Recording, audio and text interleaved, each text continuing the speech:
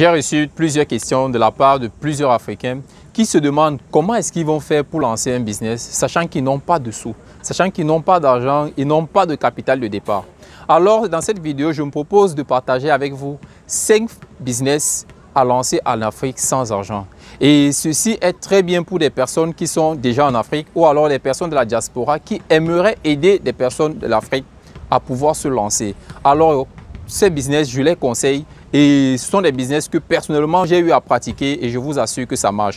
Restez dans cette vidéo jusqu'à la fin pour découvrir les opportunités que ce continent peut nous offrir, même sans argent.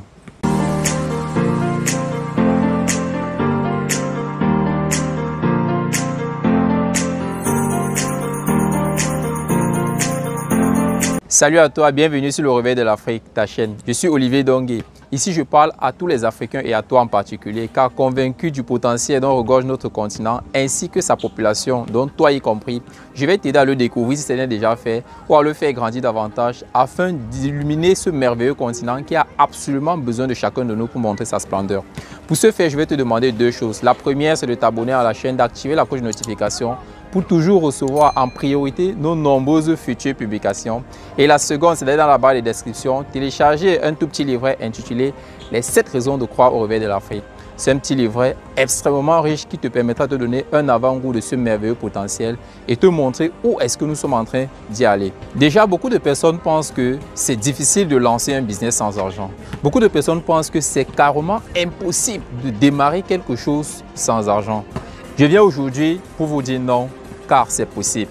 On peut effectivement lancer un business sans argent et sans sous. Mais attention, ça ne veut pas dire sans temps. Parce que si tu n'as pas l'argent, ça veut dire que tu as au moins des compétences, tu as au moins le temps à dédier à ce business ou alors à cette activité.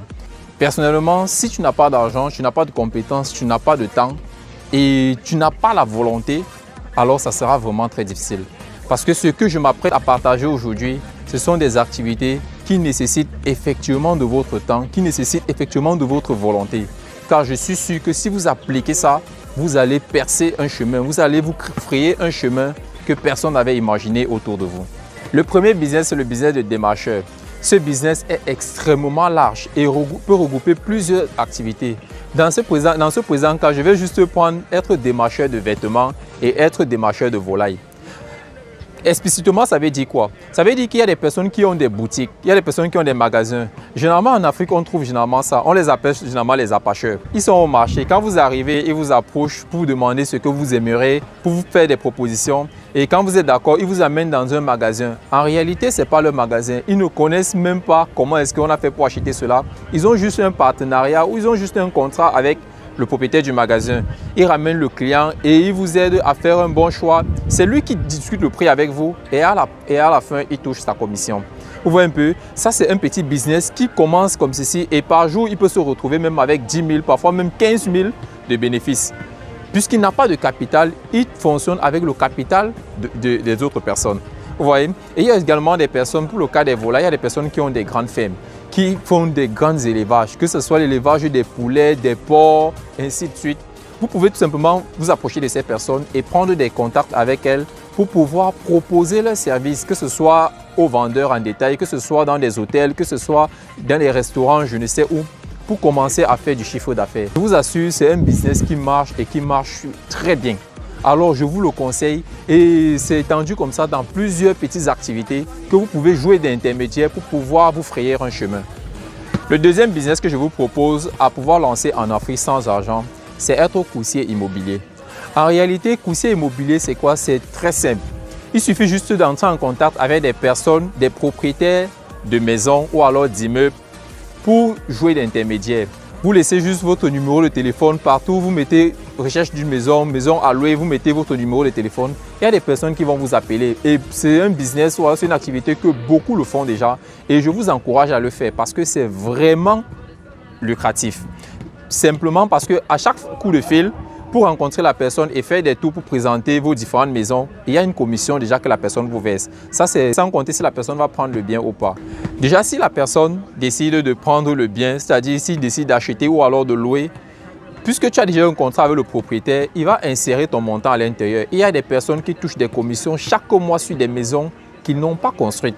sur des immeubles qui ne connaissent même pas comment est-ce qu'on a fait pour bâtir cela. Tout simplement parce qu'ils ont offert leur service et ont installé des gens à l'intérieur et sont fait passer pour des propriétaires pour pouvoir bâtir cela.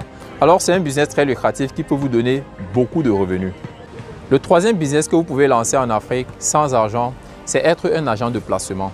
Un agent de placement, c'est une personne qui se présente à une entreprise pour lui offrir ses services de le ravitailler en ouvrier. Je prends l'exemple simple. Dans les entreprises en bâtiment, quelqu'un peut être en train de vouloir construire quelque chose. Il y a des chefs chantiers. Vous vous rapprochez de ces personnes et vous leur proposez de la main-d'œuvre. Vous avez une équipe de gars très sérieux qui peuvent faire le travail qu'ils attendent. Alors, vous signez ce contrat, vous signez ce partenariat. Et derrière le travail, il y aura une petite commission pour vous que vous pouvez en avoir. Vous pouvez faire ce business-là et c'est un business vraiment lucratif. C'est un business qui porte et qui commence à prendre de l'ampleur. Parce que beaucoup d'entreprises ont du mal à trouver des employeurs et ils n'ont pas véritablement de temps, ils ne veulent pas se consacrer à trouver les employeurs. Donc c'est possible de pouvoir faire cela et gagner ainsi des commissions. Et je vous assure, c'est un business qui marche et qui continue de marcher. Et c'est un business qui prendra de plus en plus de l'ampleur parce que les employés n'ont plus de temps à se consacrer dans la recherche de la main-d'œuvre. Ils se consacrent de plus en plus sur des choses plus importantes et laissent cela à des personnes. Alors vous pouvez faire cette sous-traitance-là pour leur ravitailler en personnel, pour leur ravitailler en main-d'œuvre que vous allez payer en fonction du temps de travail, en tout cas vous allez vous arranger. Et dans cette paye-là, vous allez pouvoir toujours avoir vos commissions. Ce business est vraiment lucratif et je vous conseille de vous lancer. Le quatrième business que vous pouvez lancer en Afrique sans argent et être extrêmement lucratif, c'est de créer un groupe de répétition. Comment ça marche? Vous pouvez simplement créer un groupe de répétition, recruter le maximum d'enseignants ou alors des répétiteurs. Généralement, ce sont des étudiants qui peuvent offrir ce service-là. Alors, vous créez un groupe de répétition et vous vous lancez dans la campagne pour chercher des clients ou alors la recherche des enfants. Vous pouvez lancer les campagnes dans les établissements scolaires, dans les lycées, les collèges, ainsi de suite. Et vous pouvez également même faire des partenariats ou alors négocier avec les chefs d'établissement pour pouvoir avoir un local afin de répéter les enfants sur place. Ou alors, vous optez pour la répétition à domicile et vous envoyez des enseignants que vous allez recruter chez ces personnes-là. Un exemple simple, un parent, vous pouvez négocier le prix par mois à 15 000 francs pour un enfant. Et il vous donne 15 000 francs, vous prenez par exemple un enseignant et vous lui donnez peut-être 12 000. Vous voyez que chaque mois, vous avez 3 000 de bonus ou alors 3 000 de commissions que vous aurez sur cet unique enfant-là. Imaginez si vous avez 10, 15 enfants comme ça, imaginez si vous avez 20 enfants comme ça. C'est un business vraiment lucratif et il faut penser véritablement à ça. C'est quelque chose de faisable, c'est quelque chose de praticable parce que moi-même, j'ai fait ça quand j'étais étudiant. Moi-même, je suis parti répéter les gens pour un groupe de répétition et ils avaient également la commission. Et c'est vraiment important. Je vous assure, c'est un business qui marche et c'est un business qui prend vraiment de l'envol. Parce qu'avec la crise qui arrive, qui est arrivée, les enfants ont très peu fréquenté. Donc, beaucoup de parents seront aptes à trouver des répétiteurs pour pouvoir répéter leurs enfants. Alors, créer ce business, rencontrer les chefs d'établissement pour pouvoir avoir un espace dans leur local pour pouvoir répéter les enfants en groupe ou alors trouver des enfants et faites les répétitions à domicile où vous allez placer les enseignants pour pouvoir avoir ce bonus-là. Et c'est un business vraiment lucratif. Je vous conseille vivement de vous lancer parce que ça marche. Le cinquième business qu'on peut lancer en Afrique sans argent, je dirais même que c'est quelque chose de vraiment waouh parce que ça a un double bénéfice. C'est être apprenti dans un domaine, dans un métier précis. Là, je parle d'apprenti maçon, apprenti menuisier, apprenti soudeur, apprenti mécanicien et tout ce que vous savez. Pourquoi je le dis? Parce qu'en le faisant, vous avez déjà une paie par jour. Je prends juste l'exemple d'apprenti maçon. Quand tu es apprenti maçon, c'est-à-dire ou alors aide-maçon, tu as entre 2 500 et 5 000 francs la journée de paye. Imaginez, on vous paye 2 000 à 5 000 francs la journée. Et en plus de ça, vous êtes en train d'acquérir des connaissances, vous êtes en train d'acquérir un savoir, vous êtes en train d'apprendre un métier. Si tu le fais pendant 1-2 ans, alors tu ne deviendras plus aide-maçon ou alors apprenti maçon. On va commencer à te donner des tâches et tu seras donc technicien. Si tu évolues très bien et que tu as l'intelligence financière, tu peux te bâtir quelque chose de très grand. Tu peux te bâtir un système parce que après ça, tu peux créer même ta propre ou alors tu peux devenir même un chef maçon. C'est à toi qu'on confiera des chantiers et tu pourras gagner beaucoup d'argent. Je vous assure, tous ces 5 business que je viens de vous citer aujourd'hui, ce sont des business qui marchent. Je vous le dis parce que j'ai été témoin de beaucoup de choses. Même ma propre vie est un témoignage par rapport à ça. J'ai été inspiré par un tout petit garçon à l'époque quand j'étais à l'école d'ingénierie à Marois. Et c'est un petit garçon qui habitait dans un village. Il est arrivé en ville, il ne savait même pas s'exprimer en français. Il n'avait même pas de quoi se vêtir. On a dû juste lui donner quelques petits vêtements et il n'avait rien. Aujourd'hui, ce petit garçon est Aladji. Ça veut dire que c'est un grand commerçant qui a des grandes boutiques. Et comment est-ce qu'il a fait pour arriver à ce niveau? Ce garçon est arrivé à Marois. Il ne savait pas s'exprimer en français. Il a rencontré des personnes qui vendent de l'eau. Ces personnes ont également des pousses avec des bidons. Le pousse prenait 6 bidons et le vendeur le laissait les 6 bidons à 100 francs, c'est-à-dire 3 bidons à 50. Lui, il puisait et il se promenait dans tout le quartier. Celui qui avait besoin d'eau l'interpellait et il venait livrer à la personne au prix d'un bidon à 25. Ça veut dire quoi? À chaque tour, il vendait 150 et il remettait 100 francs au propriétaire du robinet. C'est comme ça que chaque tour, il gagnait son 50. Il a évolué comme ça. À un moment donné, qu'il avait un petit capital, puisque à ses heures libres, il se voyait étant couché, il jouait avec les amis, il ne faisait rien. Il a réfléchi qu'au lieu de dormir comme ça, c'est mieux d'avoir un petit kiosque ou alors un petit carton où il achetait des biscuits, des bonbons, des chewing-gums, des petits trucs en tout cas, qu'il a commencé à vendre comme ça. Il continuait toujours à puiser son eau. Mais quand il était fatigué à ses heures de repos, il se couchait, mais son carton était sur place. Ça veut dire qu'il y avait des personnes qui venaient toujours s'approvisionner chez lui. Et ainsi de suite. À force de faire ça, on a commencé à lui dire, bon, petit, tu n'as pas le pain, c'est comme ça qu'il achète le pain. Tu n'as pas les pâtes, il a acheté les pâtes. Tu n'as pas le riz, il a commencé à acheter un seau de riz pour pouvoir vendre. Après, il a évolué comme ça. Quand il a eu un peu d'argent, il a arrêté de vendre l'eau et il s'est consacré sur son carton. Après, il a fabriqué un petit kiosque pour commencer à vendre. Il a évolué ainsi de suite. Après, il a loué une petite chambre pour faire de ça une petite boutique. Et il continue à vendre ainsi. Et on a commencé toujours à faire des demandes. Que petit, tu n'as pas telle chose, tu n'as pas la sardine, tu n'as pas ceci, puisque c'est une zone très chaude.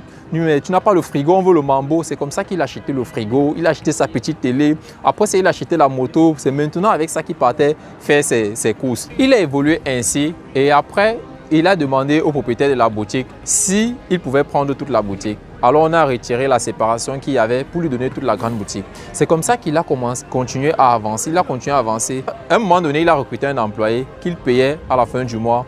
Et il a commencé à nouer les relations, puisqu'il nouait les relations avec des grands commerçants, des commerçants du marché. C'est comme ça qu'il est tombé dans une opportunité un jour d'avoir une boutique là-bas. Et c'est comme ça qu'il a créé une deuxième boutique au marché. L'autre boutique du quartier, c'est le petit qui gérait, lui il gérait l'autre boutique. Ainsi de suite, comme ça, là, il a multiplié ainsi des boutiques. Moi, je vous prends juste cet exemple pour vous montrer que c'est possible de partir véritablement de zéro à héros. Parce que j'ai observé ça durant mes 5 années d'études dans cette ville. J'étais stupéfait à la fin. C'est vrai, à la fin, je suis sorti avec le diplôme d'ingénieur, mais ce petit frère était déjà très avancé. Ce petit frère avait déjà compris beaucoup de choses. Et en ce moment, sincèrement, je ne réalisais pas encore ce qui se passait. C'est bien après, avec du recul, que j'ai pu comprendre ce qui s'est passé devant mes yeux, ce que j'ai pu observer et comment est-ce que ce petit-là a commencé et où est-ce qu'il se trouve jusqu'à aujourd'hui. Donc, cette histoire m'a vraiment fasciné et je vous raconte ça aujourd'hui pour vous montrer que c'est possible véritablement de partir de zéro à héros, que c'est possible de démarrer un business partant de zéro, partant de rien. Et c'est possible de démarrer un business sans argent et se frayer un chemin pour aller très loin. Il suffit juste de commencer vraiment petit, mais avoir cette vision-là à long terme, de commencer petit et de rêver grand, de chercher toujours à progresser parce que c'est ça qui détermine tout. Je ne vous demande pas de vous consacrer uniquement dans ces activités-là et ne faire que ça, non. Consacrez-vous dans ces activités et faites-vous des projets pour pouvoir évoluer et appliquer véritablement ça. Choisissez le domaine dans lequel vous voulez exercer et lancez-vous. Commencez vraiment et avancez. Je suis sûr que si vous le faites avec beaucoup de sérieux, vous allez évoluer. Merci infiniment de m'avoir écouté. Likez si cela vous a intéressé et surtout partagez car ça peut aider beaucoup de personnes et je suis sûr que ça va aider beaucoup de personnes. N'oublie pas de t'abonner si ce n'est déjà fait. Le réveil de l'Afrique est une mission commune. Ensemble, on va réveiller ce continent. Ensemble, on va relever ce continent afin de nous propulser dans un rang merveilleux. Olivier Dongué, votre humble serviteur. À très bientôt. Bye.